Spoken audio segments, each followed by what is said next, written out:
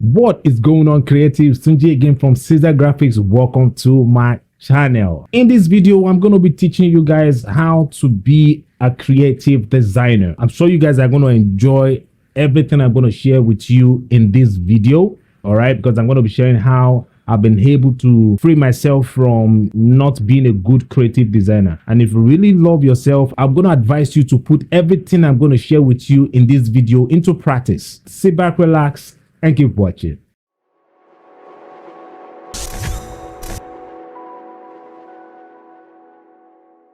Now, I'm about to say something that is going to burst somebody's bubble here now, and I'm sorry to say it, but it's just the truth. All right. Creativity is not something that you learn. All right. Nobody's going to teach you how to be a creative person. Okay. Yes. I'm so sorry. That's the truth, because creativity is already inside of you. And that is why anybody can be a creative person. Anybody can be a creative person in as much as you are ready to pay the price. All right. If you're ready to pay the price, you're going to be a creative, person. And creativity is like the way so many of us, I'm talking to the people who are used to brushing their teeth every morning, because I know some people don't brush their teeth. If you are one of them, please don't move. Nobody will know I'm talking about you. All right. Now, creativity is like how, you wake up every morning and then the first thing you do is you go and then brush your teeth. The reason why you're brushing your teeth is not because you want to make people feel, yes, I brushed my teeth today. No, you're brushing your teeth because you've seen it as the normal thing to do. You've seen it as, in fact, it has become part of you. It's something if you don't do it, your body is not going to complete throughout that day. And that's how creativity is. All right. So if you want to be a creative person, you have to brush that creativity part of your brain.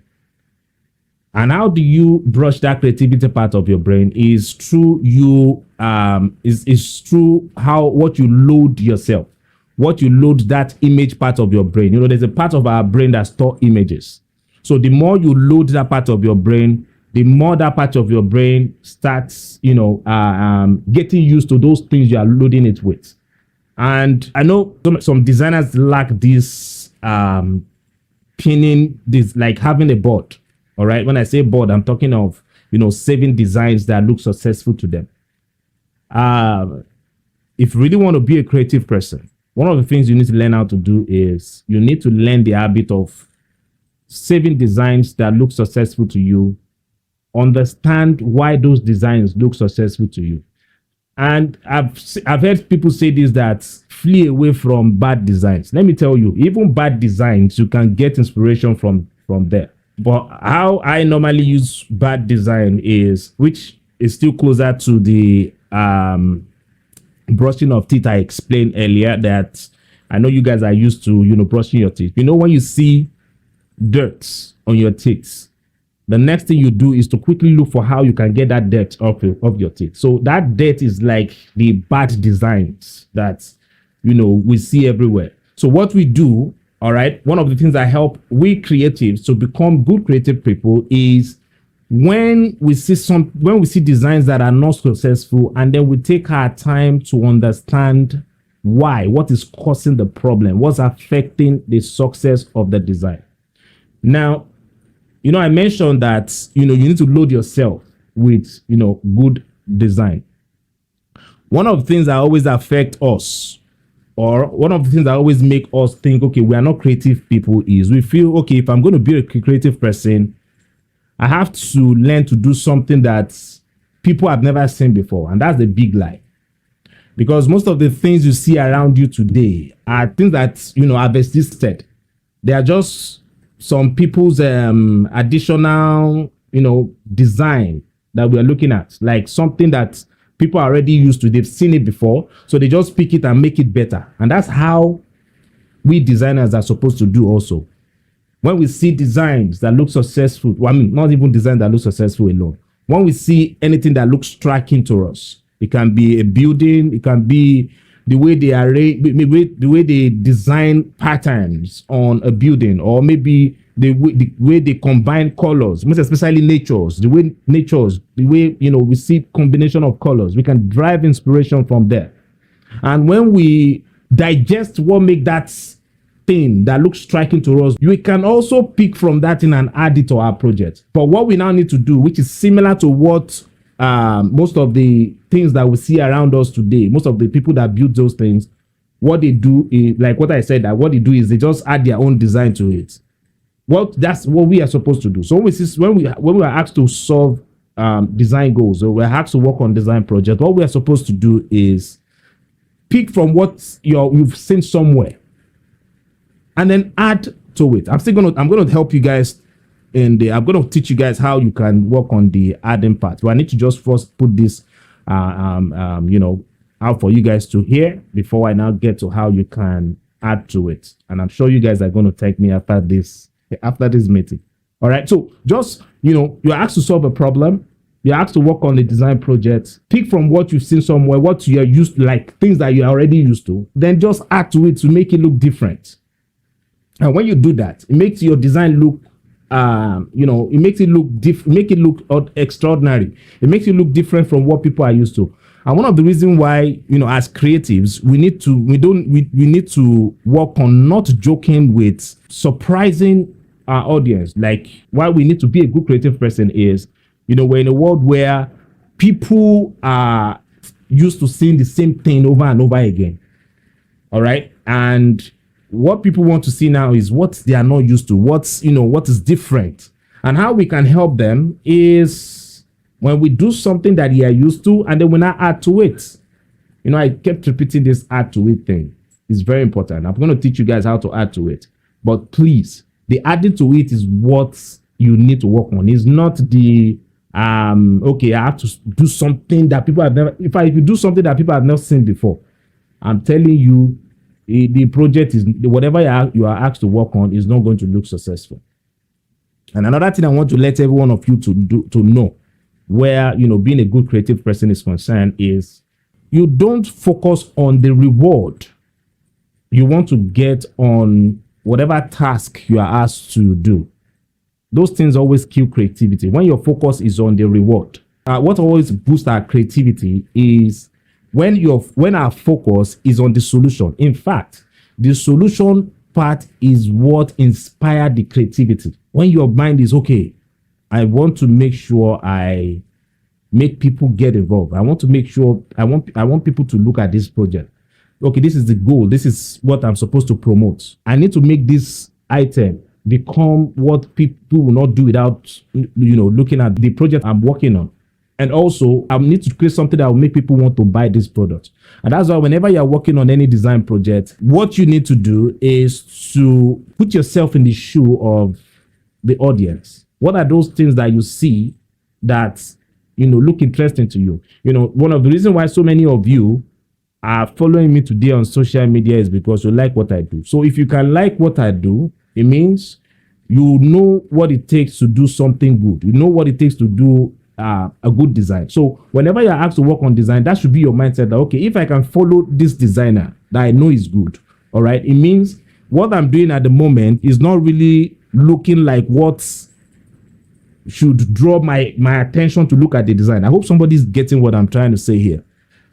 All right. So whenever you're working on any design project, which is what I do, I put myself in the shoe of the audience that, okay, so I have this type of design that I see, that when I look at them, it makes me want to read every information on the design. So if I'm going to do any design project, I should be able to do something that I know that the viewers, that would surely draw the attention of the viewers. And this thing is not hard. And I'm going to teach you guys how to achieve this well. It's not hard. It's very simple. In fact, if anybody should tell you that being a good or being a creative person is hard, that person is a liar. Being a good creative person is not hard. One of the things that make you a good creative person is if you are used to playing. If you play a lot as a designer. Now, when I say play, I'm not saying you should now be saying jokes. No, that's not what I'm saying. What I'm saying is you should learn the habit of don't, when you're working on design projects, don't have this mindset of, oh, what am I going to achieve? No, what am I going to do? No, have this mindset of, okay, if I put this thing here, all right, yeah, it's still going to be visible, but nobody would think of seeing something like this on this corner. Nobody can think of, okay, yes, a type should change to this angle. Nobody would think of when you merge box and triangle together, it's going to form this particular symbol. And when you learn the habit of playing, all right, you will see yourself doing the unexpected. In fact, as designers, for those of you that don't know, our job is to play and entertain. Now, when we play, all right, we entertain. But when we don't play, we don't entertain. So the entertaining part is for the audience. The play part is what we do when we put the element together. All right. Now let's get to the how to find it easy to come up with the unexpected, which is one of the important part of this, meeting. Designers still make this mistake of not digesting the problem that you're asked to solve. And if you are like those people that whenever you're asked to work on design projects, because you've seen one design somewhere from a designer that looks successful, and you've been thinking of when you are going to, copy from that design and apply it to your project, if that's what you're always thinking about, you can't be creative that way. So whenever you're asked to work on a project, all right, do your best to get the client involved. In fact, the client is what always activates that creativity that we are looking for. Your client, the person that asks you to work on the project, they are the ones who always holding that creativity, not you. If you don't ask them the question, there's no way you know what to achieve, what to come up with. If I ask to work on a project, understand what exactly is the goal. What exactly am I supposed to do? What exactly is this project supposed to do? And you now hear them saying different things. Okay, we just started this new business and we do this, we solve problem this way, we help people who cannot do this, and we make them understand that with just one move, they can achieve this. So as they're saying those things, you're writing everything they are saying down. Now, please, I want every one of you to listen to what I'm about to say here now. It's going to change your life. Now, so as they're saying those things, you're writing what is coming out from them. You're writing it down. All right. And that's why every one of you must get a pen and a paper whenever you are talking to any clients. Let me tell you something. There's nobody that is born different in this part of the world. All right. We all came through the same source. So if anybody is telling you that, okay, some people are actually born to be a creative person, it's a big lie. Most of the designs, most of the projects you see me put out there for you guys to see, most of them are inspired by what the clients say. All right. And I need every one of you to listen to what I'm about to share with you, because it's from what the clients say that you are going to get what you are going to use to surprise the audience. And the funniest thing is even that, I've shared this with you guys before, that the client is like the gate that gives access, all right, for the design to go out to the audience. If you don't settle the client, there's no way the design will go out. And that's why most time you see that we creatives will do design, and at the end of the day, we hear the client say, I don't like it. And you go like, man, after all these things are put together on this project, and this client still say no. No. So there's a picture that the client is looking for. And let me tell you, a good design will always be a good design. I'll repeat it again. A good design will always be a good design. There's no way you will do a good design. I'm talking of do something good that even your clients, if that client is all those stubborn clients, the client will not have any other choice than to say, I approve this. So ask questions. It's very important, guys. Ask question. Ask question. Ask question. All right. So I want to show you guys how I normally do it when I ask question, and I need everyone of you to listen. Now, there's this design I did recently. So many of you watch me do the design live on YouTube. And for those of you who have not watched it, I would advise you go and then watch the the tutorial. I'm going to do my best to put the link to where you can get the tutorial after this meeting. Now, when I will take to work on the project, all right, I asked the client that, okay, sir, what exactly are we trying to achieve here? Because it's a church event artwork, and the title of the project is take it by force. All right. And when the client was when he was breaking down the, the project for me, he mentioned that so many people, are so relaxed with this situation they are, and they have this mind of, okay, they know where they want to see themselves, but they are so relaxed that the challenges of what's going on around them is making them not to push forward.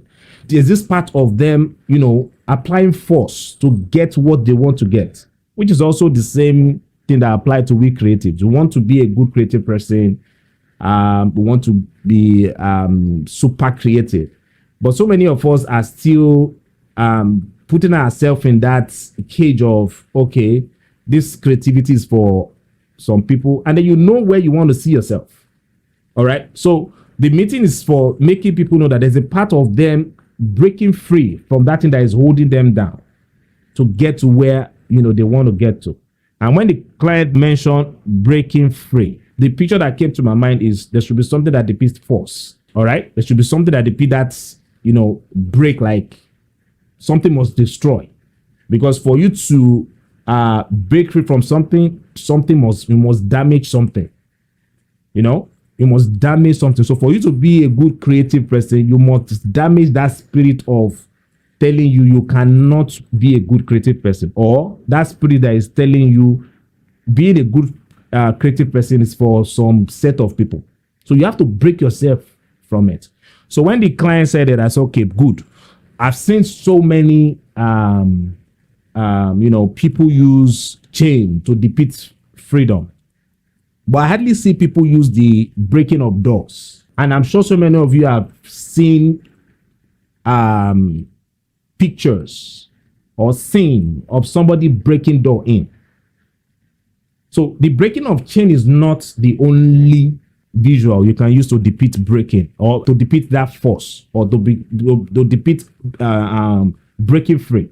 There are several images you can use, and that's one of the things you need to learn how to do as a creative person. So, I mentioned that there's nothing new under the sun. Before I get to this part, that most of the things you see around you today are things that, they've existed. All right. People are just adding their own, additional design to it to make it look different so they can call it their own. Do you understand what I'm saying? That's the same thing that applies to design. So many of us have seen pictures of breaking of doors. Then I realized that, okay, if I just use a picture of a door, like a broken door, it won't really make the project look interesting, because when I put a broken, like a door, and it's just there, no, it won't look nice. So what are the activities that happen when you break a door? You see the woods and everything just splashing out like, boah. So I decided to apply those, that breaking of the particles. And I looked at it like, okay, yeah, if I'm going to put the breaking of the particles, it may not allow my title to be visible. So I decided to pick one of the wood, because you've seen people write something on woods. In fact, I remember when I was in secondary school, we normally use wood as our table. In fact, most of the secondary school these days, you surely see sign of pen, like people drawing on wood. And that picture of when I was still in school back then came to my head. And I put the title on the wood. All right. So now you see that I did not go outside of what people are already used to. What I just did was to add to what they're already used to. And that's why, as a creative person, one of the things that puts you at the top is when you are good at thinking outside the box. Another good example is the design that I use to publicize this meeting. So many of you are used to seeing, I think they call it Sand of Time. All right. I'm sure so many of you know what I'm talking about. Without, just see that stuff, and then you've seen the picture. And then so many of you have seen, when you go to the beach, you see little children playing, and then you see them use all this toy alphabet, and then you just use it to spell something on the sand and like that. So that picture of that placing text on the sand came to my head immediately. Immediately that idea of using that visual for the project. So I'm saying this here, all right, for you to know that design is not hard, but what you just need to do is think of what you can add to what you already have. Now listen, but there are times when you need to take out so that the message you are trying to pass is going to be clear.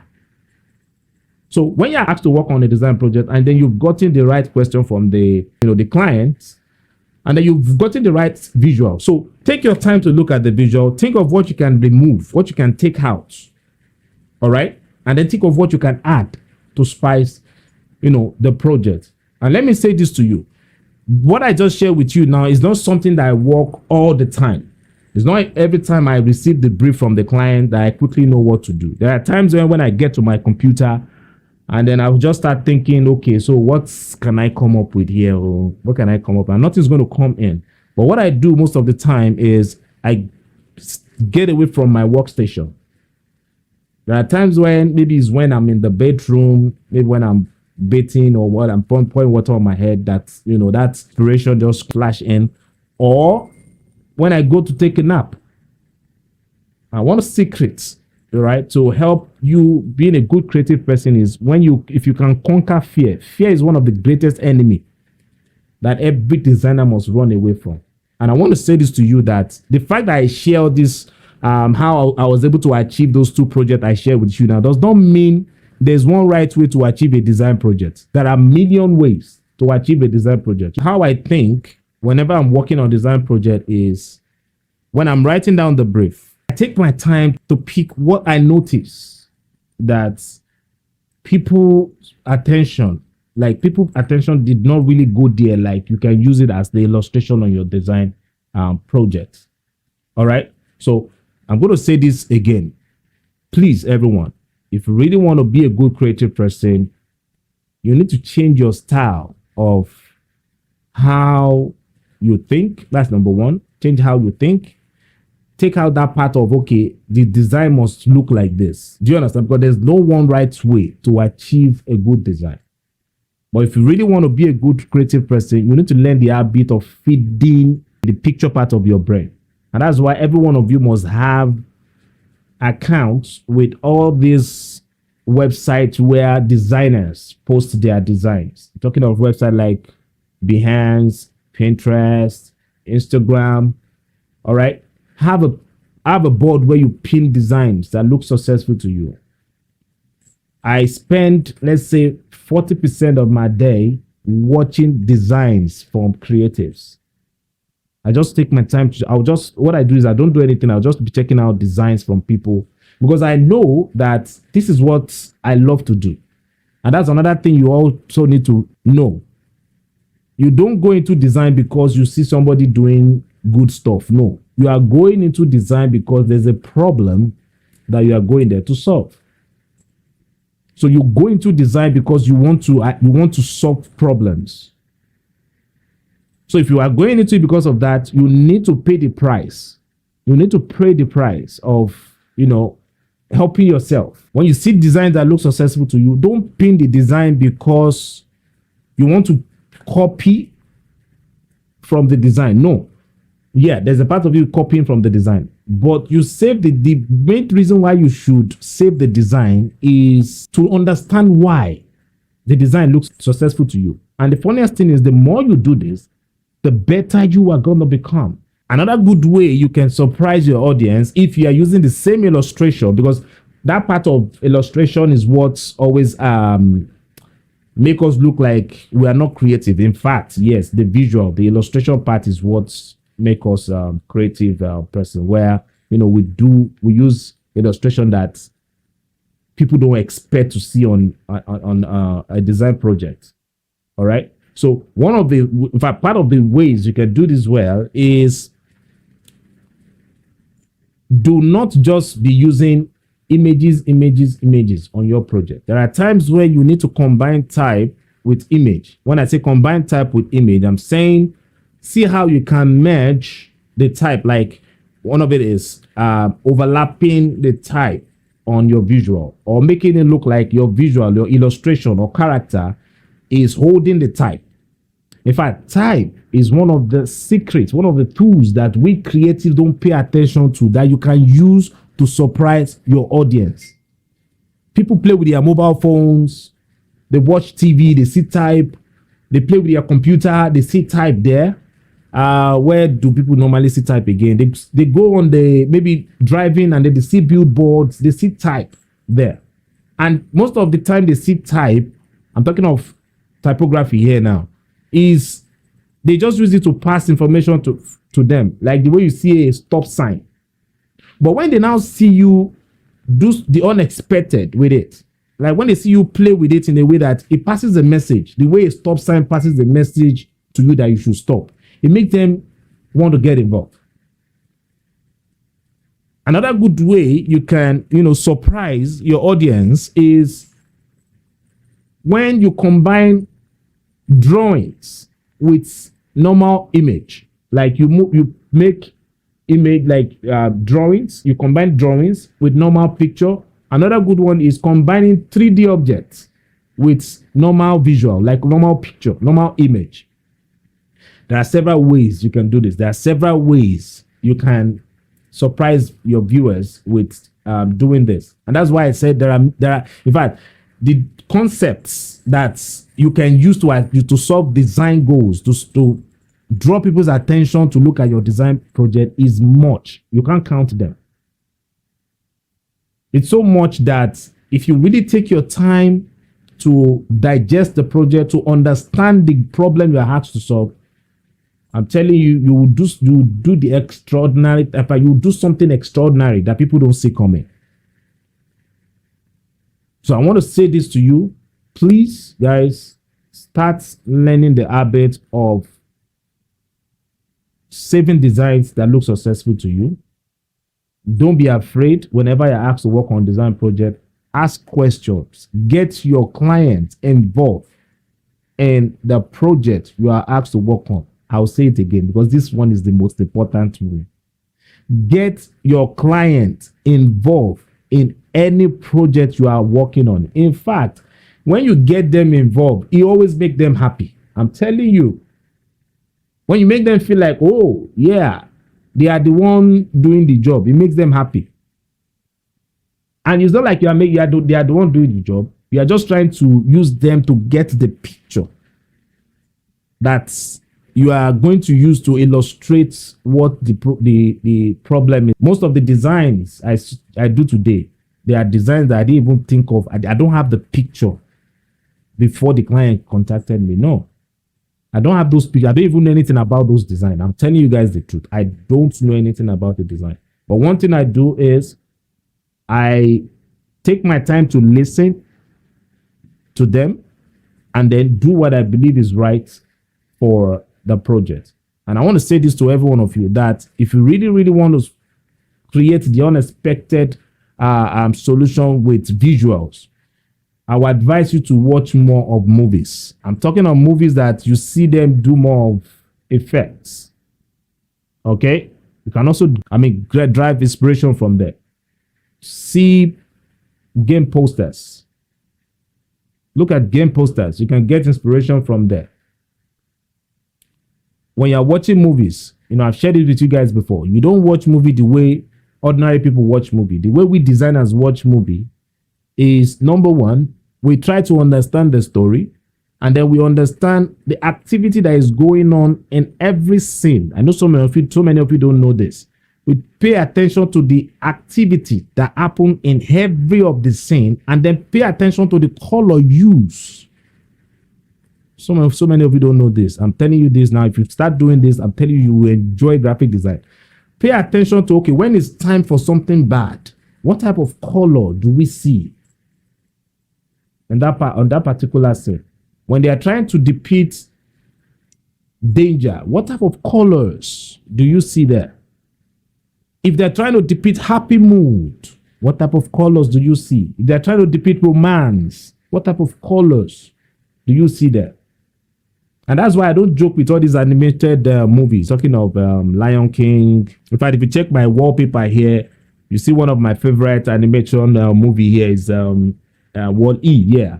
So I don't joke with it. Why? Because those are the places where I get inspirations for, creating moods in design.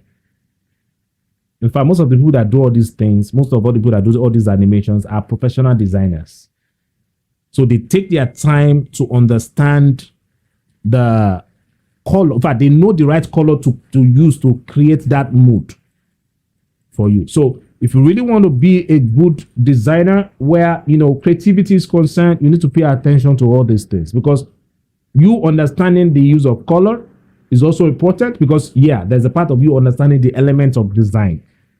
Those are the things that, help your creativity. You need to understand the principle of designs, because you can't be creative in something you don't know about. You don't understand it. You can't be creative in something you don't know, you don't understand. It's like calling somebody like me now to come and build a car. I can't build a good car because I don't know anything about car like that. The only thing I know about car is to get my key, start the engine, and then boom, I zoom off. So most of the people that design all these cars, they've understood the they know what a good car should look like. They know this is where the side mirror is going to be, this is where the front tire is going to be. They know all these calculations, so it helps their creativity. So you can't be creative in something you don't understand. I'm still going to do more of how to be a creative designer training with you guys, but for now I have to stop, and I hope you guys enjoyed what I shared with you. If you do, I will appreciate if you guys can drop a comment, and thank you. I'm sure you guys had fun. And if you have not subscribed, remember to hit the subscribe button, and remember to click the post notification bell so you get notified when I post any of my tutorials. All right. If you like this video, give it a thumbs up, which is one of the ways you can support this channel. Share this video with other creatives. All right. And I'll see you in the next one. Peace.